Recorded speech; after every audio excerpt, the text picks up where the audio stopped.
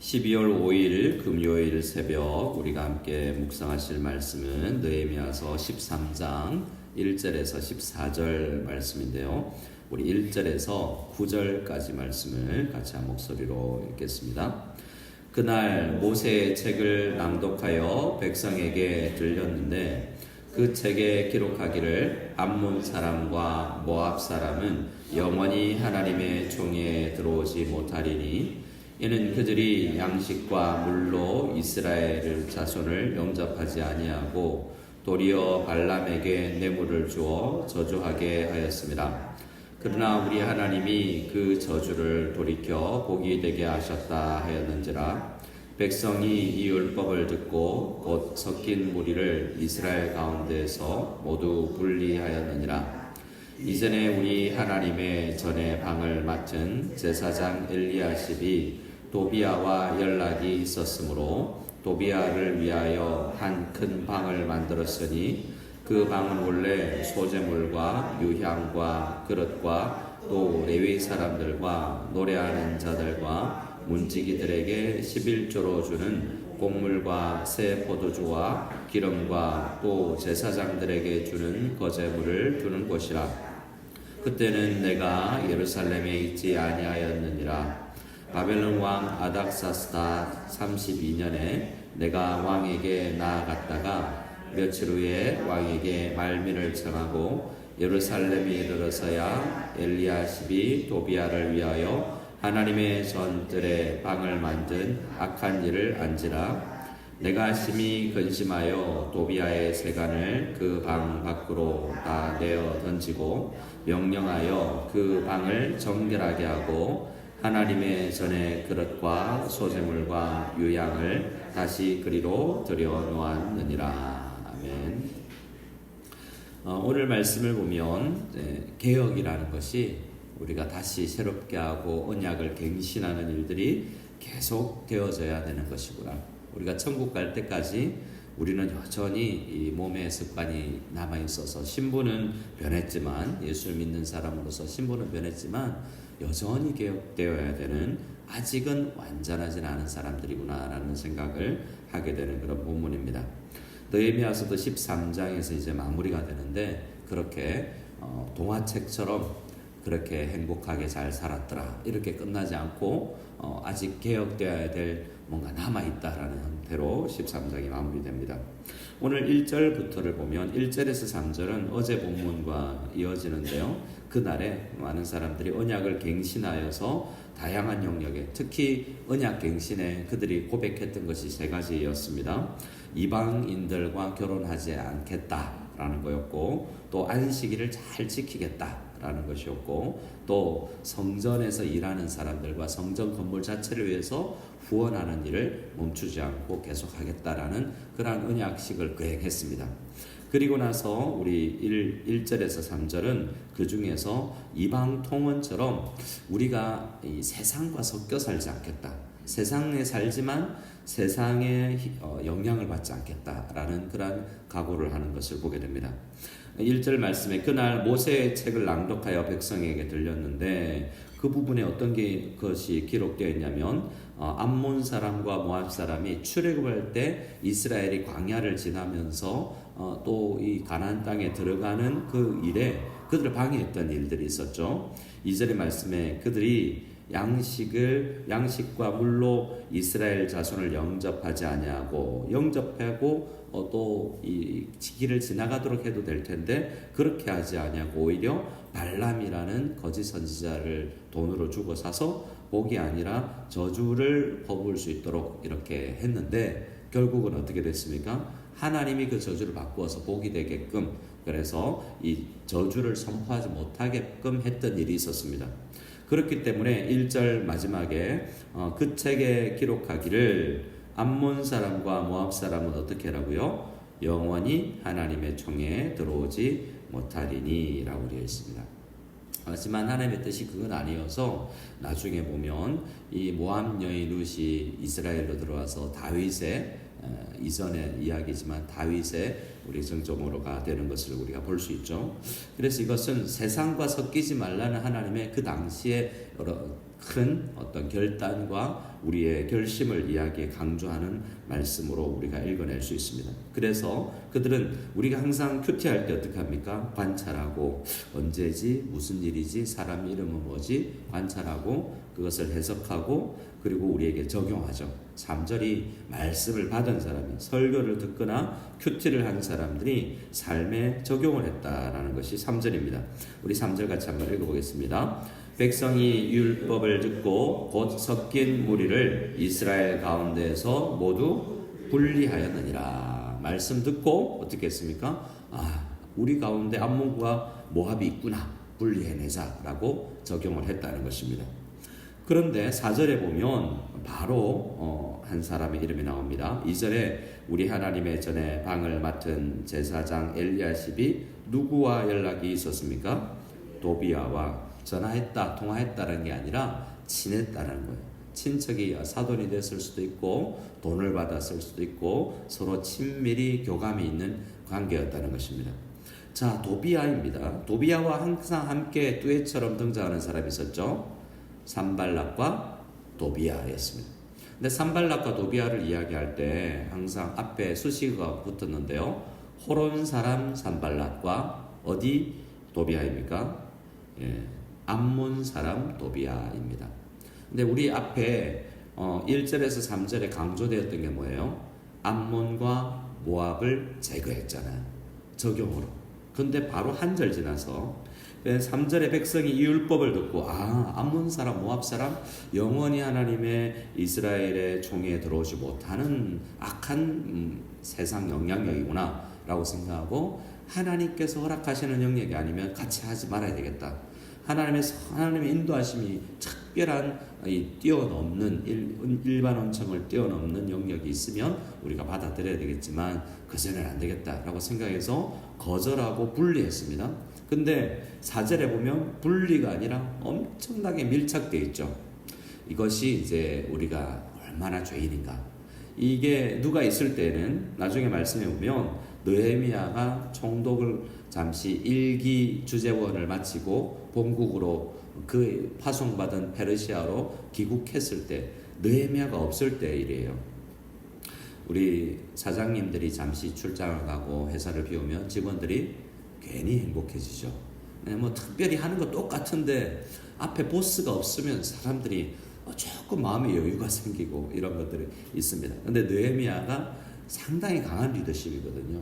52일 만에 성벽을 완공시키는 아주 강한, 안 돼, 절대로 안 돼, 이렇게 강한 리더십인데 목회자들도 스타일이 있죠. 아주 강하고 강한 리더십이 있는가 하면 조금 유하고 그런 사람들도 있습니다. 근데 강한 사람이 자리를 비우면요, 다른 사람들이 좀 해이해지는 경향이 생기는 거죠. 제사장 엘리야십은 아마도 이 느헤미야가 2기로 다시 오리라는 생각을 못했을 수도 있어요. 가면서 나 다시 온다 라고 하지 않고 갔을 수 있죠.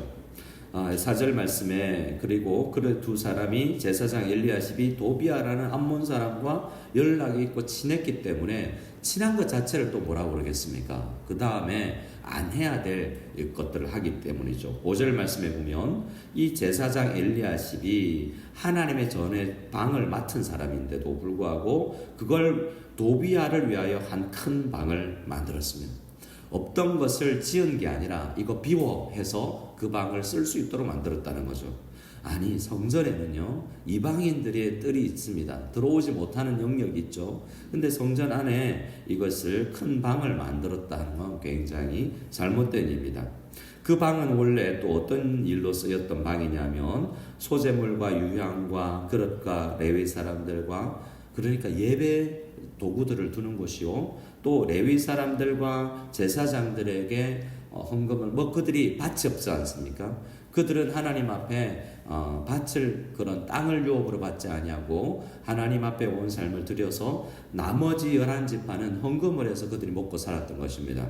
그래서 헌금한 그 내용을 두는 창고처럼 쓰였던 그 방이 지금 누구에게 쓰임받고 있다고요? 도비야가 쓰고 있는 거죠. 6절 말씀을 같이 한번 읽어보겠습니다. 그때에는 내가 예루살렘에 있지 아니하였느니라. 바벨론 왕 아닥사스다 32년에 내가 왕에게 나아갔다가 며칠 후에 왕에게 말비를 정하고. 네. 바벨론 왕이라고 되어 있지만 물론 바벨론 페르시아 왕인데 페르시아 왕이 바벨론을 이제 삼켰기 때문에 그렇게 표현하기도 하는 것 같습니다. 아닥사스다 20년에 앞에 우리 느헤미야서를 보면 총독으로 임명을 받아요. 그리고 32년에 왕에게 같이 갔죠. 12년을 총독을 하다가 지금 잠시 페르시아에 갔다가 오는 거예요. 근데 엘리야십은 아마도 돌아오지 못할 거라 생각하고 이제 내 마음대로 해야 되겠다라고 생각을 했던 것 같습니다. 그래서 돌아와 보니 7절에 예루살렘에 이르러서야 엘리야십이 도비야를 위하여 하나님의 전 뜰에 방을 만든 악한 일을 알게 되었습니다. 악한 일을 가만히 두고 보고 있겠습니까? 느헤미야는 누구보다 말씀대로 살려고 하는 애쓰는 사람이죠. 그래서 자기에게 적용을 할 뿐만 아니라 이스라엘 공동체 다시 제자리로 가야 된다라고 이야기합니다. 8절 말씀에 우리 같이 한번 읽어보겠습니다. 8절 9절입니다. 내가 심히 근심하여 도비야의 세간을 그 방 밖으로 다 내어 던지고 명령하여 그 방을 정결하게 하고 하나님의 전에 그릇과 소재물과 유향을 다시 그리로 들여 놓았느니라. 아멘. 다시 그리로, 다시 제자리로. 오늘 이 개역의 13장의 말씀에 보면 다시 그 자리로 돌아가는 모습을 여러분 볼 수 있습니다.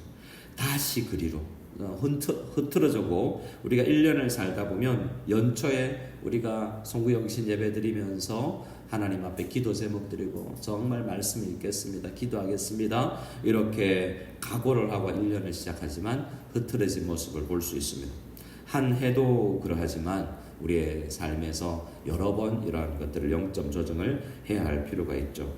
오늘 13장에 보면 앞에 백성들이 10장에서 30절에서 39절에 그들이 각오했고 언약 갱신했던 세 가지가 다 무너져 있는 것을 보게 됩니다.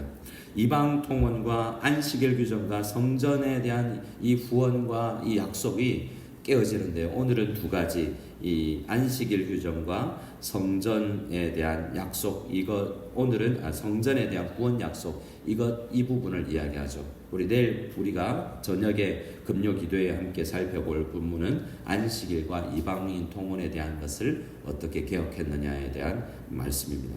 어떻게 개혁해 나가는지 10절 이후에 더 잘 기억하고 있는데요. 내가 또 알아본즉 레위 사람들이 받을 몫을 주지 아니하였으므로 11조를 두는 방에 물건이 없고 도비야가 쓰고 있으니 또 백성들이 이것을 잘 헌금도 하지 아니하는 상황이 되었으므로 어떻게 되냐면 레위 사람 제사장들이 월급을 받지 못하게 되는 거죠. 그래서 그 직무를 행하는 레위 사람들과 노래하는 자들이 어떻게 합니까? 각각 자기 밭으로 도망하였기로. 밭이 조금은 텃밭 정도는 있었지만 그렇게 했는지 다른 집에 넓은 땅을 가지고 있는 사람에게 붙어서 소작을 했는지 몰라도 먹고 사는 문제가 흔들리니 그들이 일을 하러 나가고 직무가 찬양하는 일과 예배를 섬기는 일이 흐트러졌음을 보게 됩니다. 그런 것을 보고 내가 모든 민장을 꾸짖어 이르기를 하나님의 전이 어찌하여 버림받았느냐 하고 곧 레위 사람들을 불러 모아 어떻게 해요?